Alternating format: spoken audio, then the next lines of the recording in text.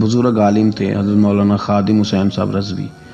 مولانا خادم حسین رضوی رحمۃ اللہ علیہ کو لوگ صرف تحریک لبیک کے حوالے سے جانتے ہیں، حالانکہ ان کا جو کیریئر ہے وہ بہت پرانا ہے۔ مولانا بنیادی طور پر ایک استاد تھے، ایک شیخ الحدیث تھے۔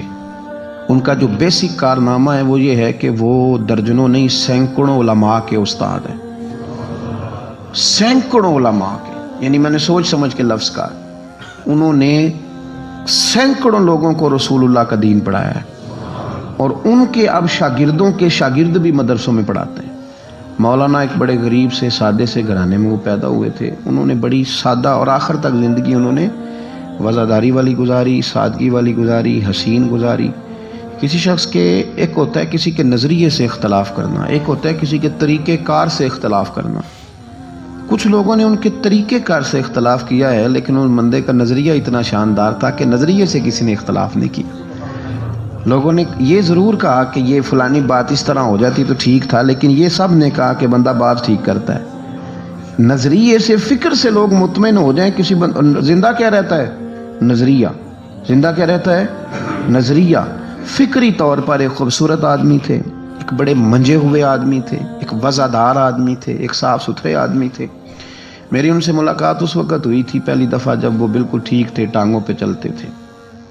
ان کے جو استاد گرامی تھے حضرت مولانا عبدالحکیم صاحب شرف قادری رحمۃ اللہ علیہ، بہت جید عالم تھے۔ میں ان کو ملنے کے لیے جاتا تھا تو حضرت بھی وہاں پڑھایا کرتے تھے لاہور جامعہ نظامیہ میں، تو وہاں ان سے پہلی ملاقات ہوئی۔ پھر انہوں نے جو جماعت سب سے پہلے بنائی تھی اس کا نام تھا انجمن فدایان ختم نبوت۔ اس جماعت سے انہوں نے کام کا آغاز کیا، اور بڑے اوائل میں، بڑے شروع میں انہوں نے ختم نبوت کے تعلق سے مختصر سے کام کا آغاز کیا، اور بڑی جلدی ان کا کام پھیل گیا۔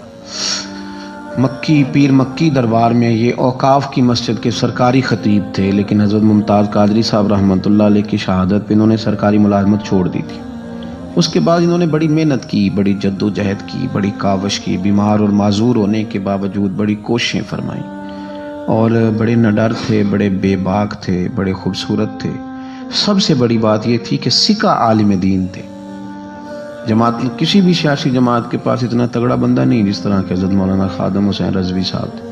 میری ان سے تسلسل، جیل جانے سے پہلے میں ملا، جیل سے آئے تو پھر ملا۔ میں گرچہ ان کی جماعت میں کبھی شامل نہیں ہوا، لیکن فکری طور پر ان سے جو کہ پہلے کا ایک تعلق تھا، ابھی بھی 24 اکتوبر کو پچھلے مہینے کی وہ گجرات جا رہے تھے تو کچھ دیر ہمارے پاس رکے، اور دیر تک وہ باتیں کرتے رہے، اور دیر تک ان کی میں باتیں سنتا رہا۔ پھر وہ مجھ سے کچھ سوالات پوچھتے رہے، میں ان کے جواب دیتا رہا۔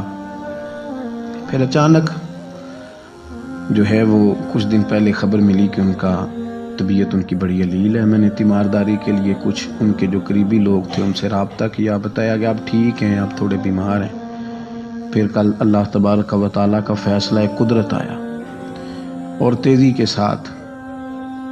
ساتھ لوگ اٹھ گئے۔ اس 2020 نے بہت سارے لوگ اہل سنت کے لیے، لیکن اس شخص کا جانا کو زیادہ ہی تکلیف دے گیا۔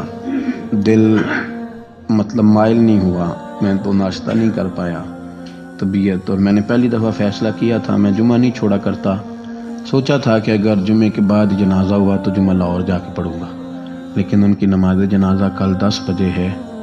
اس طرح کے لوگ کم آتے ہیں دنیا میں، اور شاید ان لوگوں کا وقت بھی تھوڑا ہوتا ہے، اور اللہ پاک شاید ایسے لوگوں کو جلدی ہی اپنی بارگاہ ناز کی طرف لے جاتا ہے۔ ایک شعر جگر مراد آبادی نے کہا تھا کہ جگر راہ وفا میں نقش ایسے چھوڑ آیا ہوں، میں جس منزل سے گزرا ہوں وہ اب تک یاد کرتی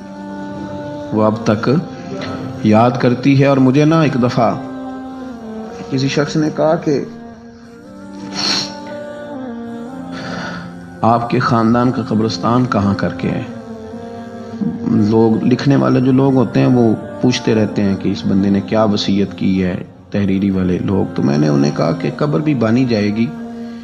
تو مجھے کہنے لگے کہ کس طرح کر کے پتہ چلے گا؟ تو میں نے کہا تے اکھاں جدوں میٹیاں تو پھر زمانہ مینوں روے گا، اپنا تے اپنا بیگانہ مینوں روے گا، تے جدوں نہ میں دسیا میں خارا نوں میں خانے وچ، پھر جام ٹوٹ جان گے میں خانہ مینوں روے گا۔